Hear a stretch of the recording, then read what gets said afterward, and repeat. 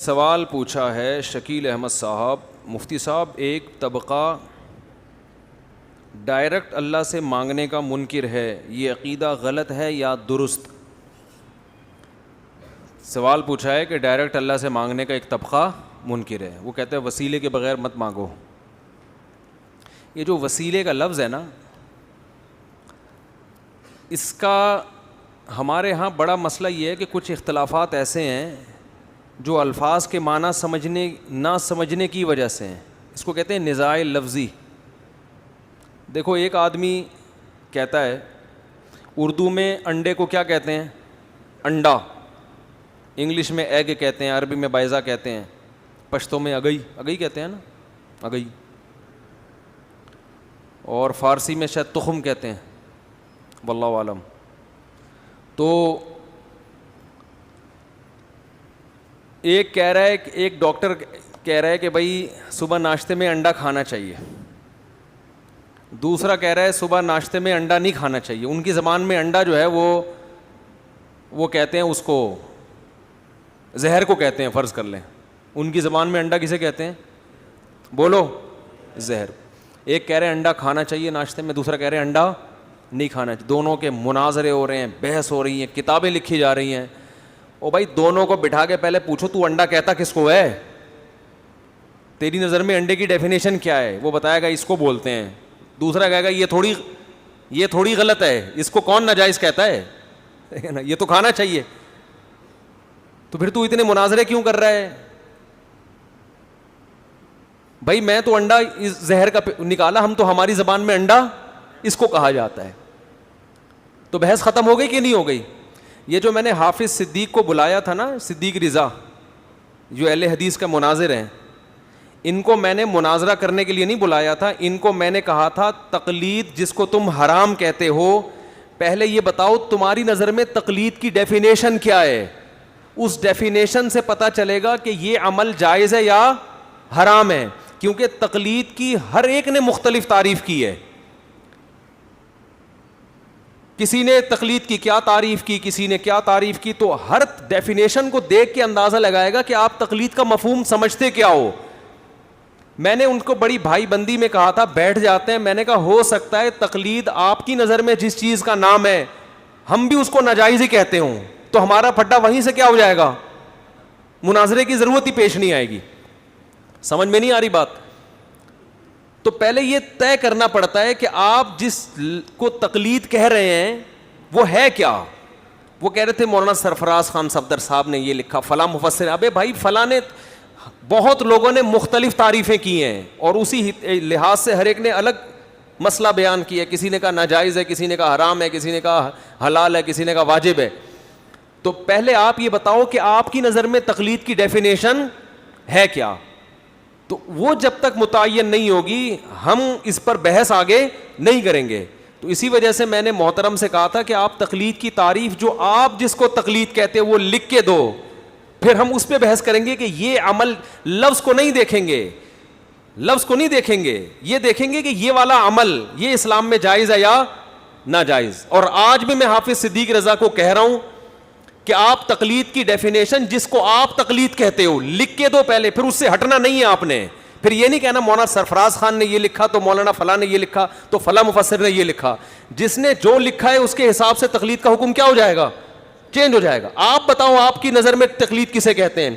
آج حافظ صدیق رضا لکھ کے دے دے کہ میری نظر میں تقلید اسے کہتے ہیں، میں اس سے مناظرے کے لیے بولو تیار ہوں۔ اور اگر وہ لکھ کے نہیں دے گا اس کا مطلب مناظرے سے وہ بھاگ رہا ہے، میں نہیں بھاگ رہا۔ پھر یہ نہیں بتاؤ فلاں مفسر نے یہ، کیونکہ یہ لفظ ہے، لفظ کو ڈیفائن اہل لغت کرتے ہیں، قرآن و حدیث لفظ کی تعریفیں لے کے نہیں بیٹھتا۔ سمجھ میں آ رہی بات؟ ہم قرآن سے نہیں پوچھیں گے تقلید کسے کہتے ہیں، حدیث سے نہیں پوچھیں گے، ہم جو تقلید کو جائز یا ناجائز کہے گا نا ہم اس سے پوچھیں گے آپ کی نظر میں تقلید کی ڈیفینیشن کیا ہے، اس پہ آگے بحث ہوگی۔ ورنہ لا حاصل بحث ہے، آپ لڑتے رہو اہل حدیث سے، وہ کہہ رہے تقلید حرام ہے، ہم کہہ رہے ہیں تقلید واجب ہے، وہ تقلید کا مفہوم کچھ اور لے رہا ہے، آپ تقلید کا مفہوم کچھ اور لے رہے ہو، تو پھٹا قیامت تک ہوتا رہے گا، اور مرغوں کی طرح لڑتے ہیں نا جیسے، وہ لڑائیاں ہوں گی۔ تو جب بھی کسی سے بات چیت ہوتی ہے، بحث ہوتی ہے، پہلے آپ اس سے پوچھتے ہیں آپ کی نظر میں اس کا مفہوم ہے کیا. یہ جو المہند المفند ہے نا, اس میں ایک عقیدہ یہ بھی ہے کہ ہم وسیلے کو جائز سمجھتے ہیں. ہم کسے جائز سمجھتے ہیں؟ وسیلے کو, کہ کسی کے وسیلے سے دعا مانگنا. ہمارے اہل حدیث بھائی کیا کہتے ہیں؟ وسیلہ اسلام میں کیا ہے؟ بولو, حرام ہے. پھر وہ یہ بحث بھی کرتے ہیں مردوں کا وسیلہ جائز نہیں ہے, زندوں کا وسیلہ جائز ہے. یہ بھی بحث ایک آتی ہے درمیان میں. بھائی وسیلے کے پہلے ڈیفائن کرو, آپ کی نظر میں وسیلے کا مفہوم کیا ہے, ہماری نظر میں وسیلے کا مفہوم کیا ہے. جب تک یہ مفہوم متعین نہیں ہوگا قیامت تک یہ لڑائی جاری رہے گی. ہماری نظر میں وسیلے کا مفہوم وہ نہیں ہے جو اہل بدعت کی نظر میں ہے. دیکھو وسیلہ بالعمل سب کے نزدیک جائز ہے. وسیلہ بالعمل کسے کہتے ہیں؟ اپنے کسی عمل کو اللہ کے سامنے پیش کر کے اس کا واسطہ دینا, اس کو کیا کہا جاتا ہے؟ وسیلہ بالعمل. یہ اہل حدیث بھی جائز کہتے ہیں, ہم بھی کیا کہتے ہیں اس کو؟ بولو نا, جائز ہے. اس کی مثال حدیث سے ملتی ہے. 3 آدمی غار میں بند ہو گئے تھے, تینوں نے اپنے عمل کا وسیلہ پیش کیا. ایک نے کہا اللہ میں اپنے ماں باپ کے لیے پوری رات دودھ لے کے کنارے پہ کھڑا رہا ہوں, تو میرے اس عمل کو قبول فرما, اگر یہ تیرے خاطر تھا تو جس مصیبت میں ہم ہیں اس سے ہمیں کیا دے دے, نجات. یہ وسیلہ ہے نا. کس کا وسیلہ؟ عمل کا وسیلہ. ڈائریکٹ اللہ ہی سے مانگ رہے ہیں. وسیلہ کس کو بنا رہے ہیں؟ اپنے عمل کو پیش کر. وسیلہ کہتے ہیں ذریعہ کو, کہ اللہ کی رحمت کو کھینچنے کا کیا ہے؟ ذریعہ ہے. یہ آج بہت سارے پھڈے خام خامے ہو رہے ہیں. وہ آپ کی بات نہیں سمجھ رہا, آپ اس کی بات نہیں سمجھ. وہ جس پہ بحث کر رہے ہیں آپ کا بھی وہی عقیدہ ہے جو اس کا عقیدہ ہے. لفظی نزاع کو بنیاد بنا کے لڑائیاں. تقلید کا معاملہ بھی ایسا ہی ہے. جس تقلید کو ہم واجب کہتے ہیں اس کو اللہ کی قسم اہل حدیث بھی واجب کہتے ہیں. اس کو وہ کرتے ہیں. واجب کہنا تو دور کی بات, وہ سارے یہی کر رہے ہیں. اہل حدیث کی عوام اپنے علماء کی تقلید کرتی ہے, وہ تقلید جس کو ہم تقلید کہہ رہے ہیں.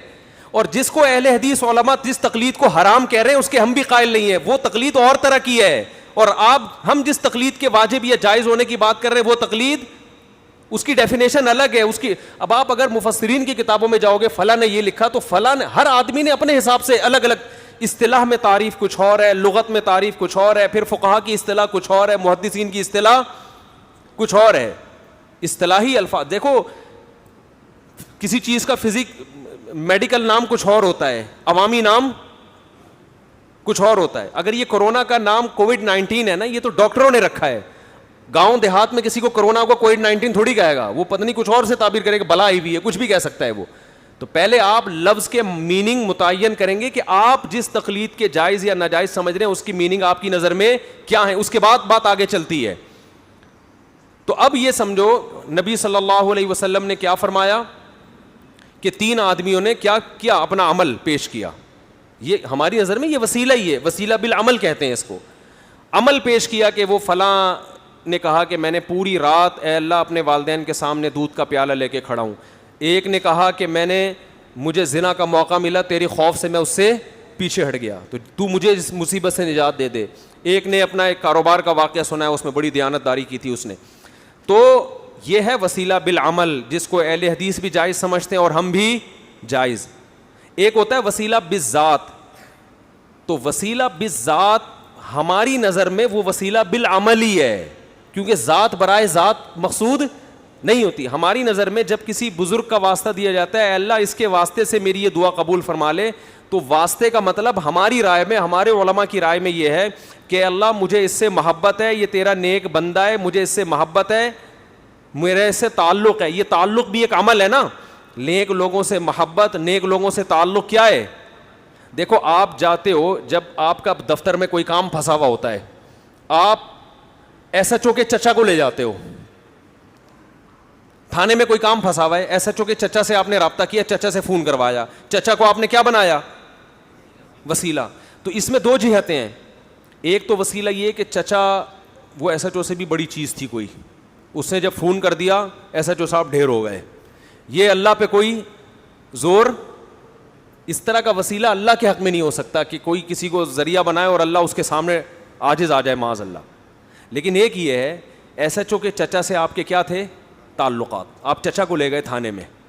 اب ایس ایچ او یہ نہیں دیکھ رہا کہ یہ میرے چچا ہیں, ایس ایچ او یہ دیکھے گا کہ آپ اس کے چچا کے دوست ہیں, تعلق ہے. تو آپ اس سے یہ بولتے ہیں کہ کہ بھائی یہ آپ کے چچا ہیں، ان کا واسطہ آپ کو دے رہا ہوں، کیا مطلب میرا ان سے ریلیشن ہے، میرے ان سے دوستی ہے، میرے ان سے اٹھنا بیٹھنا ہے، تو حکمن میں بھی آپ کا چچا ہی ہو گیا ایک طرح سے، یا حکمن میں بھی آپ کا ریلیٹو نکلا کہ نہیں نکلا. تو ریلیشن یا تعلق یا محبت یہ عمل ہے، تبھی تو اس پہ آخرت میں جزا بھی ملتی ہے اور سزا بھی ملتی ہے. برے لوگوں سے تعلق ایک عمل ہے، آخرت میں اس پہ وبال آئے گا. نیک لوگوں سے محبت اور تعلق ایک عمل ہے، آخرت میں اس پہ ثواب ملے گا. نبی نے فرمایا سب سے بڑا عمل یہ ہے جس کی وجہ سے 7 آدمیوں کو قیامت کے دن اللہ کے عرش کا سایہ ملے گا.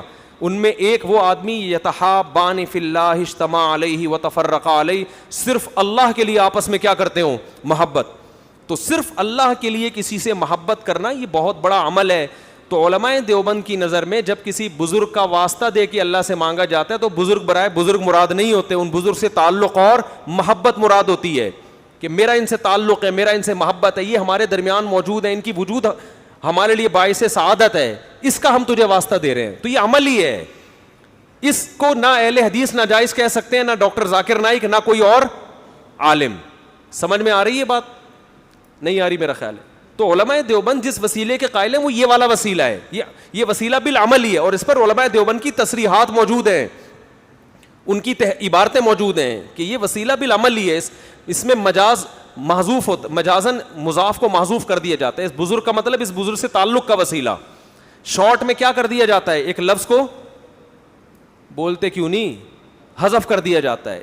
جیسے آپ کہتے ہیں نا گاڑی پنچر ہو گئی، گاڑی نہیں پنچر ہوئی تھی، گاڑی کا ٹائر پنچر ہوا ہوتا ہے. آپ کہتے ہیں میں دعوت میں گیا 3 پلیٹیں کھا گیا، تو پلیٹ تو کسی کا باپ بھی نہیں کھا سکتا،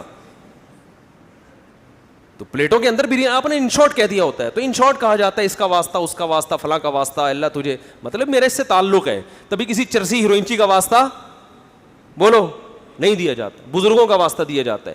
ہاں اس پر اتنا ضرور اشکال ہوتا ہے کہ بعض دفعہ عوام اس فرق کو نہیں سمجھتی کہ یہاں مضاف محذوف ہے.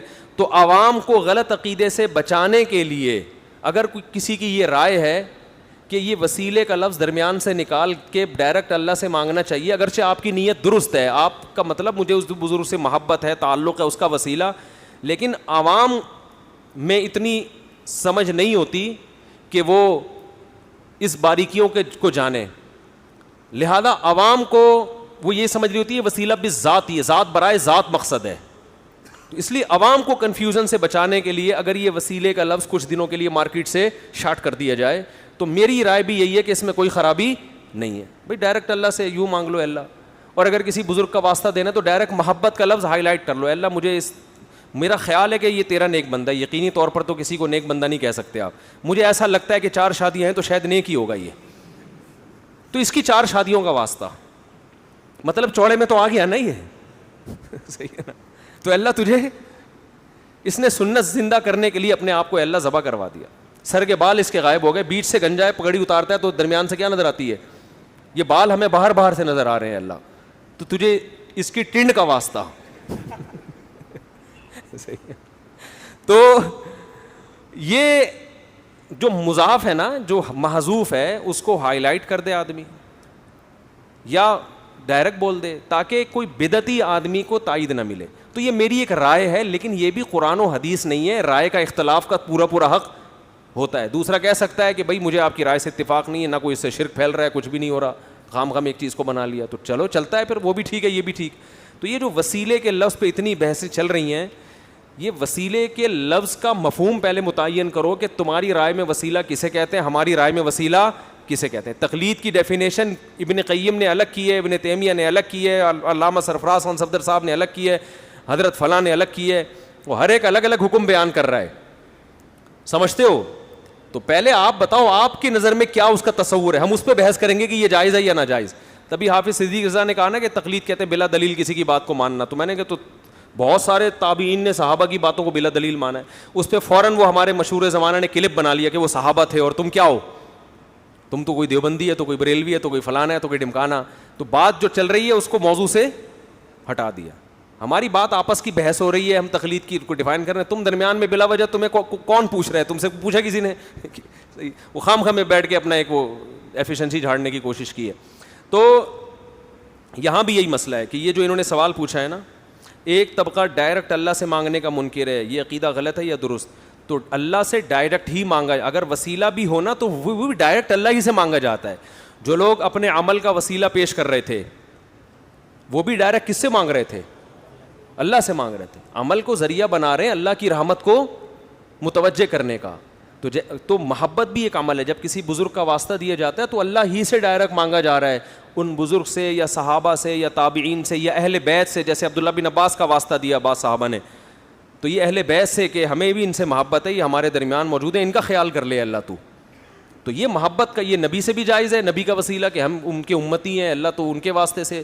تیری جو کرم محمد صلی اللہ علیہ وسلم اور ان کے امتیوں پر ہوا ہے وہ باقی بنی اسرائیل پر نہیں ہوا, تو محمد صلی اللہ علیہ وسلم کا واسطہ دے رہے ہیں کہ ہم ان کے امتی ہیں. تو امتی ہونا یہ بھی ایک عمل ہے, اگرچہ غیر اختیاری عمل ہے, یہ اللہ کی طرف سے ہمارا, لیکن ہمارا کوئی دخل نہیں ہے نا, لیکن ہو تو گیا نا.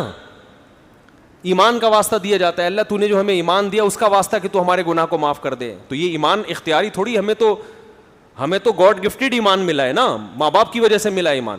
تو عمل غیر اختیاری ہو یا اختیاری ہو اس کا وسیلہ دیا جا سکتا ہے. لیکن میری رائے یہی ہے کہ جو صحابہ میں عام طور پہ دعا مانگنے کا رواج تھا تو اسی کو زیادہ فوکس کرنا چاہیے. ایسا لفظ درمیان میں کیوں لے کر آ رہے ہو جس کے مطلب بیان کرنے پڑیں. لیکن المحنت میں جو علماء دیوبند کا عقیدہ لکھا ہوا ہے نا کہ وسیلے سے دعا مانگنا جائز ہے, اس کے مراد یہ والا وسیلہ ہے, اور اس کے ناجائز ہونے کا کوئی بھی دنیا میں قائل نہیں ہو سکتا. جنہوں نے ناجائز لکھا ہے وہ اس کو نہیں لکھا ہے, اس کو کہہ نہیں سکتے, یہ تو عمل ہے. سمجھتے ہو؟ اب کوئی کہ قرآن و حدیث سے دکھاؤ یہ وسیلہ بالعمل ہے, تو لغت قرآن و حدیث سے نہیں دکھائی جاتی.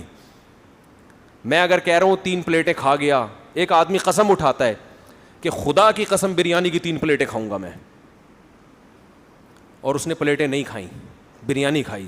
مفتی کے پاس آیا مسئلہ پوچھنے کے لیے, مفتی اسے بتائے گا کہ تجھے کفارہ تجھ پر لازم نہیں ہے کیونکہ تو نے 3 پلیٹوں کی قسم اٹھائی تھی اور تو نے 3 پلیٹیں کھا لی. ایک بندہ سامنے بیٹھا ہوا ہے, وہ کہہ رہا ہے مفتی صاحب پلیٹیں تو وہیں کے وہیں پڑی ہوئی ہیں, اس پر تو کفارہ لازم ہے قسم کا, کیونکہ اس نے کہا تھا پلیٹیں کھاؤں گا, پلیٹیں اس نے کھائی نہیں ہے, قسم کا کفارہ ادا کرے. میں کہوں گا کہ بھائی لغت یہ کہتی ہے کہ جب کوئی کہتا ہے نا پلیٹ, تو پلیٹ سے مراد کیا ہوتا ہے؟ اس کے اندر کا کھانا. اب وہ کہ قرآن و حدیث میں دکھاؤ کہ پلیٹ سے مراد کیا ہے, تو میں یہ میں بولوں گا اس نے جو الفاظ کہے ہیں نا, الفاظ کا مفہوم قرآن و حدیث سے نہیں دیکھا جاتا, ڈکشنری میں دیکھا جاتا ہے, لغت میں دیکھا جاتا ہے, اہل لغت سے پوچھا جاتا ہے کہ تمہارے ہاں پلیٹوں سے مراد بریانی ہوتی بھی ہے کہ نہیں. ہر چیز پہ قرآن و حدیث کا حوالہ مانگنا خود ایک بہت بڑی جہالت ہے. سمجھتے ہو کہ نہیں سمجھتے؟ ایک صاحب کہنے لگے قرآن و حدیث میں کہاں لکھا ہے نیا مجتہد نہیں آ سکتا. میں نے کہا قرآن و حدیث میں نہ پرانے کا لکھا ہوا ہے نہ نئے کا لکھا ہوا ہے, ٹھیک ہے نا. اس کا قرآن و حدیث سے نہیں, اس کا مشاہدے سے تعلق ہے کہ جنہوں نے مجتہد ہونے کا دعویٰ کیا ان سے اتنے بڑے بڑے بلنڈر ہوئے ہیں, اور اتنے بڑے بڑے انہوں نے قرآن و سنت کے نام پہ گڑبڑے کیے ہیں کہ جو دعویٰ نہیں کر رہے ان کا کیا حال ہوگا. تو مشاہدے پر مبنی ایک حقیقت ہے کہ اب لوگوں میں وہ صلاحیتیں نہیں ہیں. دیکھو یہ 360 ایپ ہے نا, ایپلیکیشن 360, اس کے جو جنہوں نے بنائی وہ اہل حدیث ہیں. میرا مقصد مسلک پر اعتراض کرنا فی الحال نہیں ہے. لوگ کہتے ہیں ہم تو اب تو ہمارے پاس سامنے قرآن و حدیث بالکل ایسے, اب ہمیں کیا ضرورت ہے کسی عالم سے پوچھنے کی. کل میں نے 360 ایپ میں صحیح مسلم کی ایک حدیث دیکھی, اس کا ترجمہ غلط ہوا ہے. صحیح مسلم کی حدیث کا ترجمہ ہوا ہے نبی کے دور میں اکٹھی 3 طلاقیں ایک سمجھی جاتی تھیں. اکٹھی کا لفظ ایپلیکیشن والے نے یا تو خود غلط لگایا یا کسی ترجمہ اٹھایا جو ترجمہ کیا تھا, طلاق کا مسئلہ ہے, اتنا حلال و حرام کا مسئلہ, اس میں آپ صحیح مسلم کی حدیث میں ایسا ورڈ کا اضافہ کر رہے ہیں جو عربی الفاظ میں بولو, اور اس سے زمین آسمان کا فرق پڑ رہا ہے مسئلے میں. تو ایپلیکیشن دیکھ کے انسان مفتی نہیں بن جاتا, صرف کتابیں پڑھ کے مفتی نہیں بن جاتا. اسے کیا پتا کہ یہ کتاب میں جو حدیث کا ترجمہ ہے یہ بھی, اور آج خیانتیں بہت ہیں, ہر آدمی اپنے مسلک کے حساب سے حدیثوں کو ڈیفائن کر رہا ہے, ترجمے اپنے مسلک کے حساب سے کر رہا ہوتا ہے. تو شاید وہ اہل حدیث ہیں, شاید انہوں نے اس وجہ سے کر دیا, مجھے نہیں یقین سے نہیں میں کہہ سکتا, ہو سکتا ہے کہیں سے کاپی پیسٹ کیا ہو ترجمہ, لیکن یہ بہت بڑی گڑبڑ ہے, اس پہ آواز اٹھانی چاہیے. پھر مجھے کچھ لوگوں نے بتایا کہ اور بھی کچھ حدیثوں میں اس طرح کا مسئلہ ہوا ہے, تو میں نے ان سے کہا مجھے نکال کے لاؤ, میں تھوڑا سا ان ایپلیکیشن والے صاحب سے بات کروں گا کہ بھئی اس کو آپ اس کو کریکٹ کریں. تو میرا پیغام 360 جنہوں نے ایپلیکیشن بنائی ہے انتہائی احترام کے ساتھ ان تک اگر کوئی پہنچا سکتا ہے تو ان کو بتایا کہ یہ جو آپ نے صحیح مسلم کی حدیث کا ترجمہ کیا کہ نبی کے دور میں اکٹھی 3 طلاقیں ایک سمجھی جاتی تھی, اس میں اکٹھی کا لفظ کیا کریں, حذف کریں. یہ صحابی کا بیان نہیں ہے, اس میں علیہ طلاق ہے کہ علیہ طلاق 3 ایک سمجھی جاتی تھی, جس کا جواب موطا امام مالک میں موجود ہے, ابو داؤد میں موجود ہے کہ زمانے جاہلیت میں جیسے متع جائز تھا صحیح مسلم کی حدیث کے مطابق, ایسے ہی 3 طلاقیں چاہے ایک مجلس کی ہوں یا 10 مجلس کی, 3 ایک سمجھی جاتی تھی. اسلام نے اس حکم کو منسوخ کیا ہے. خیر حدیث پر فقہی بحث تو ایک الگ ٹاپک ہے نا, ترجمہ تو لفظ بلفظ ہونا چاہیے نا, اس کی تشریح کیا ہے وہ تو ایک الگ چیز ہے. آپ تشریح میں لکھ دیں اپنی رائے, ترجمے میں تو نہ لکھیں, ترجمے میں تو لوگ سمجھیں گے یار یہ نبی کے دور میں تو ایک مجلس کی 3 ایک, اور یہ مولویوں نے کیا فتوے دینا شروع کر دیے. تو چاروں امام معاذ اللہ, صحابہ کرام تابعین جو اکٹھی 3 کو 3 کہتے تھے, لوگ ان کو سب کو بیوقوف معاذ اللہ سمجھیں گے. اور یہ ہو رہا ہے آج کل, چند حدیثوں کے نمبر ترجمے یاد کر کے اسلاف سے اعتماد کیا ہو رہا ہے, ختم ہو رہا ہے. تو یہ گڑبڑیں ہو رہی ہیں. تو یہ دور فتنوں کا دور ہے, علمیت نہیں ہے, لکیر کی فقیری کا دور ہے, مسلک پرستی کا دور ہے. ہر آدمی قرآن و سنت کے نام پہ نیا مسلک بنا کے کہتا ہے یہ ٹھیک ہے اور میرا کوئی مسلک ہے نہیں, میں کسی کو نہیں مانتا. مطلب ہوتا ہے سارے غلط ہیں, میں کیا ہوں, صحیح ہوں. تو یہ چل رہا ہے مارکیٹ میں. تو الفاظ کو پہلے متعین وسیلے